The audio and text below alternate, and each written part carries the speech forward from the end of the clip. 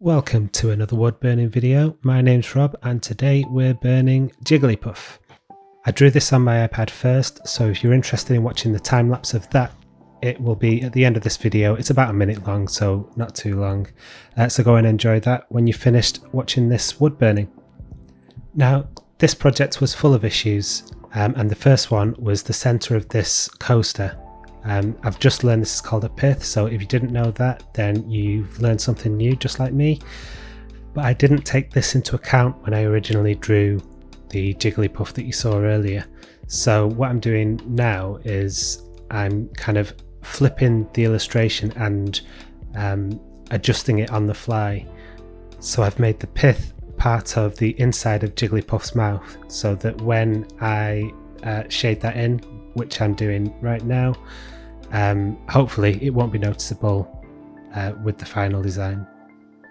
One of the other issues was the surface of the wood. You can see quite clear here that there are vertical lines running down, and I think these are sand marks, and I assume that this has been done by an industrial sander for mass production, but it's not very smooth, which makes it really difficult to A, draw on, and B, burn on.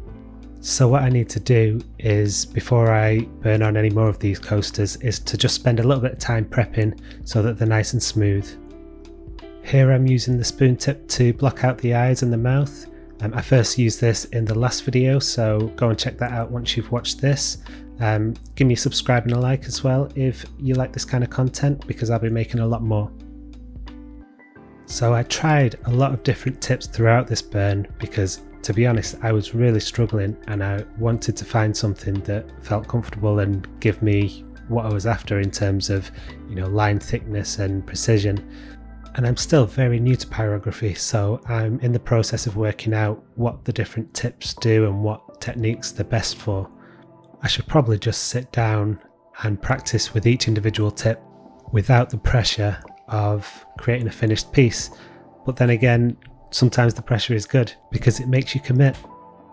This pointy end one, for example, is quite good for detail, but because it is quite sharp, it doesn't roll over the wood very smoothly compared to something like the ballpoint ones, which do, but they don't feel as precise as the sharp one. So I'd be curious to find out whether there is one tool to rule them all and in the darkness bind them.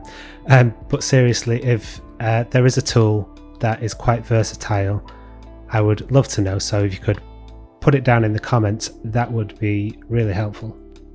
So here I'm doing some shading, and again the sand lines of the coaster is making it really difficult to get an even shade on this log.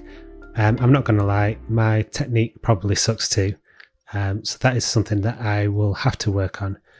But yes, sanding these so that they're nice and smooth will hopefully help me get a smoother shade.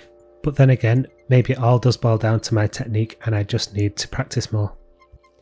And in a sec, I'm going to interrupt this burn to talk about our sponsor. His name is Chester and he's always hungry, so if you can spare some cat food, he will really appreciate it. So going back to what I was talking about a second ago, before I was rudely interrupted by Chester, it's looking like the shading is starting to smooth out a little bit, and maybe that is part of it as well, is just building up the layers will help smooth it out. It might also be the type of wood that I'm using, because I've used basswood, just a couple of sample bits of basswood in my first two burns, and then I would think the sign from the last video was a piece of MDF which was really smooth. So maybe it's just different types of woods need slightly different techniques and you need to get used to the different wood that you're working with. I don't think I've ever spoken about wood this much in my life. Moving swiftly on, what I'm doing here is I'm just trying to give Jigglypuff a light base tone so that I can leave the very edge white and it gives it that contrast, because I'm having the highlights on the right hand side and the shadows on the left. It's interesting that I've put the catch lights of the eyes on the left, but hopefully nobody will notice. So what I'm doing here is I'm trying to give the impression of a background on Jigglypuff, and without filling in the whole background because it was getting a little bit late and I wanted a quickish way to give a little bit of contrast to the character. And I think it was quite effective. Given more time, I probably would have tried a different technique, but at this stage I was committed and I wasn't turning back. One of the flaws of this technique was it was making the edge a little bit messy because every time I started a new stroke I was off a little bit, so I ended up with quite a messy edge that I had to tidy up later. And this comes back to probably the number one skill that I need to work on when it comes to pyrography, and that is patience. You need a lot of it when you're doing this. I mean, I consider myself to be quite a patient guy in general, but this will test you.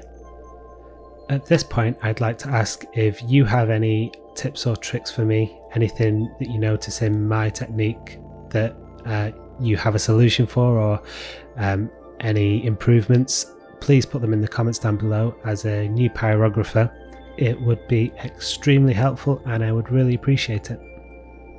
So here you can see I'm starting to shade the outside of the hearts.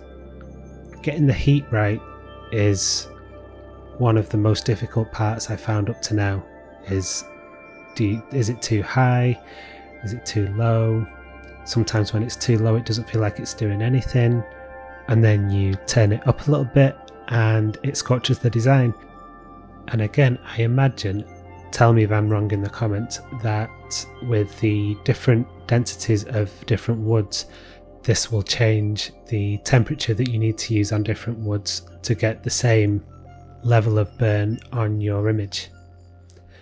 Now at the start of this I did mention that I had quite a few issues on this burn, and there were a couple of points where I thought I'd ruined it, and this was one of them. Doing these rings outside of the eyes, I felt at the time was a big mistake, and it was because maybe the heat was up too much, that it was just darker than I anticipated. I do think that I rectified it a little bit later on, but yeah, at this point I was almost at the point where I could have given up, but I stuck with it. And I think that's the story of this burn, is that you just, even if you think that you've ruined it and it's a lost cause, just keep on going and create a finished piece no matter what the outcome, because you never know, you might be able to pull it back a little bit. At this point I was using the ballpoint tip and I had raised the temperature. I think it was about 550 degrees Celsius at this point. You can see that it's glowing red. So yeah, it was quite hot, and I'm not sure what the norms are for other people when they're doing line work. And you can see around this area that I'd messed up around the chin area, so I had to kind of try and fix that a little bit.